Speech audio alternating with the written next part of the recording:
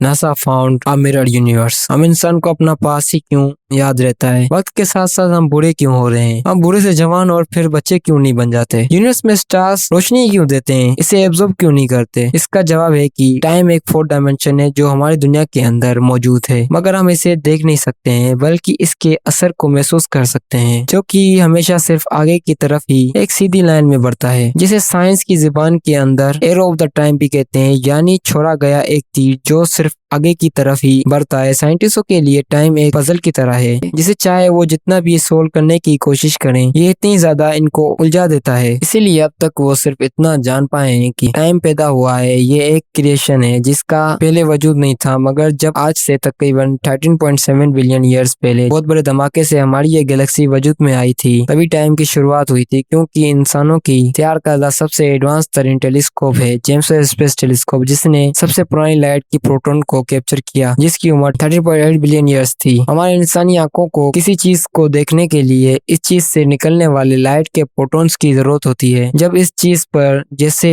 हम देखना चाहते हैं, इस पर लाइट बढ़ती है और रिफ्लेक्ट होकर हमारी आंखों से टकराती है, तब हम इस चीज को देख पाते हैं, जिसके अंदर कुछ माइक्रो सेकंड्स का वक्त लगता है। यानी जो भी चीज आप अपने आसपास देख रहे हैं वो कुछ माइक्रो सेकंड पुरानी तस्वीर आपके दिमाग को दिखा रही है, क्योंकि इस चीज से निकलने वाली लाइट के प्रोटॉन को हमारी आंखों तक पहुंचने के अंदर कुछ माइक्रो सेकंड का वक्त लग रहा है। यानी ये वीडियो जो आप देख रहे हैं, ये भी आपका दिमाग कुछ सेकंड्स के बाद समझ कर प्रोसेस कर रहा है। बिल्कुल यही फार्मूला हमारे यूनिवर्स के अंदर भी काम कर रहा है। सबसे तेज रफ्तार जो कि हमारे पूरे यूनिवर्स के अंदर ट्रेवल कर सकती है, वो स्पीड ऑफ लाइट है, जो सिर्फ एक सेकंड के अंदर 3 लाख किलोमीटर का फासला तय कर सकती है। मगर यूनिवर्स से फासले इस कदर लंबे हैं कि जेम्स वेब स्पेस टेलीस्कोप ने जो सबसे पुराना लाइट का प्रोटॉन कैप्चर किया, वो 13.8 बिलियन ईयर्स पुराना है, जो कि यूनिवर्स की इमेज को दिखा रहा है। और हम जानते हैं कि हमारे यूनिवर्स हर लंबा स्पीड ऑफ लाइट से कहीं ज्यादा स्पीड से एक्सपेंड हो रहा है, जिसका मतलब कि जब भी हम जमीन पर खड़े होकर यूनिवर्स को जितनी दूरी तक देख रहे हैं, दरअसल हम इतना ही पास में या टाइम में पीछे देख रहे हैं। जेम्स वेब टेलीस्कोप को मिलने वाली सबसे पुरानी तस्वीर जिससे हमने यूनिवर्स की उम्र का अंदाजा लगाया, इसका मतलब है कि अगर इस यूनिवर्स का साइज एक मार्बल के साइज के बराबर है, जिसे हम ऑब्जर्वर यूनिवर्स कहते हैं, तो आज वो ऑब्जर्वर यूनिवर्स इतनी बड़ी हो चुकी है कि जितना इस मार्बल को अर्थ के बराबर एक प्लैनेट पर कहीं पर रख दिया जाए, जिसकी कोई वैल्यू और साइज अर्थ के मुकाबले में होगी नहीं। यानी कि हमें पता चला बिग बैंग के बाद यूनिवर्स के एक तरफ फैलाव की वजह से टाइम एक ही डायरेक्शन के अंदर सिर्फ आगे की तरफ बढ़ रहा है, ना कि पीछे या लेफ्ट राइट की तरफ। इसीलिए सूरज, चांद, सितारे, ब्लैक होल्स, नेबुला, यानी यूनिवर्स में हर एक चीज पैदा होकर आगे की तरफ बढ़कर खत्म हो रही है। और जमीन पर भी टाइम बिल्कुल इसी तरह से हमें और हमारे आसपास की चीजों को बुरा करके खत्म कर रहा है। लेकिन बिग बैंग के बाद से साइंटिस्ट इस बात को लेकर परेशान है कि वाकई हमारे ये यूनिवर्स एक ही तरफ को एक्सपेंड होना शुरू हुआ है, क्या ऐसा मुमकिन नहीं कि इसके अपोजिट डायरेक्शन के अंदर भी इस धमाके के बाद एक यूनिवर्स एक्सपेंड होना शुरू हुआ हो? लॉजिकली बेस में टाइम रिवर्स या उल्टा काम करता हो, यानी कि आप एक नहीं बल्कि 2 यूनिवर्स के अंदर जी रहे हैं। एक इस यूनिवर्स में जहाँ पर सिर्फ टाइम आगे की तरफ बढ़ रहा है, और दूसरे वो मिरर यूनिवर्स जहाँ पर टाइम बैकवर्ड मतलब उल्टी डायरेक्शन के अंदर चल रहा है। ये थियरी इस कदर कन्विंसिंग है कि साइंटिस्ट यूनिवर्स की शुरुआत से भी पहले का पूरा मॉडल तैयार कर रहे हैं, जब कुछ भी मौजूद नहीं था, टाइम भी नहीं, क्योंकि इस वक्त तक बिग बैंग धमाका नहीं हुआ था। वो जानना चाहते थे कि इस वक्त कौन सी ऐसी ताकत मौजूद थी जिस वक्त इस धमाके को ट्रिगर किया। इसलिए साइंटिस्ट के मुताबिक एक ऐसी मिरर यूनिवर्स मौजूद होनी चाहिए जहाँ पर टाइम हमारे यूनिवर्स के मुकाबले में रिवर्स चलता हो, जिसके बारे में हमें कोई आइडिया नहीं है। और इसका प्रूफ यूनिवर्स में पाए जाने वाले ऐसे ठंडे हिस्से हैं जहाँ पर दूर दूर तक सिवाय खाली जगह के कुछ भी मौजूद नहीं है, जो कि कई बिलियन लाइट ईयर्स तक